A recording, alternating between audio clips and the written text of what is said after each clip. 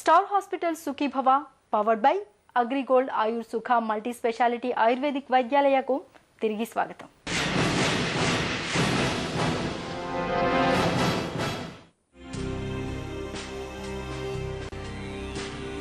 HIV AIDS ఏకంగా మనిషి రోగనిరోధక శక్తిపైనే దాడి చేసే భయంకరమైన ఊసరవెల్లి లాంటి వైరస్. ఈ వైరస్ ఎప్పటికప్పుడు దాని రూపురేఖల్ని మార్చుకుంటూ పోతుండడం వల్ల దీనిని నియంత్రించడం కూడా ఇబ్బందికరమైన వ్యవహారంగా మారుతోంది.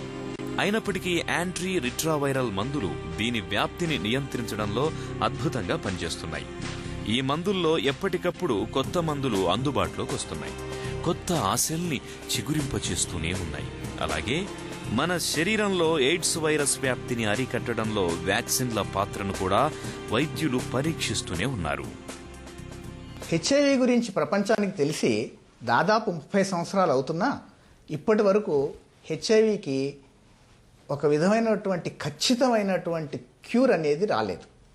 కానీ ఈ highly effective anti retroviral treatment వలన హెచ్ఐవితో బాధపడేవారు సాధారణంగా బతకగలుగుతున్నారు. మన రీసెర్చ్లో ఈ హెచ్ఐవికి ఈ జబ్బును రూపుమాపే రీసెర్చ్లో చాలా వరకు అభివృద్ధి జరుగుతుంది, కానీ క్యూర్ చేసే దిశలో జరగడం లేదు. ఇంకా మందులు చాలా సైడ్ ఎఫెక్ట్ లేని మందులు, తక్కువ ఖర్చుతో అవైలబుల్ అయ్యే మందులు, ఈజీగా అవైలబుల్ అయ్యే మందులు, ఇంకా ఎఫెక్టివ్గా పనిచేసే మందులు మీద రీసెర్చ్ బాగా జరుగుతూ ఉంది. వివిధ స్టేజ్లో ఈ రీసెర్చ్ ఉన్నది.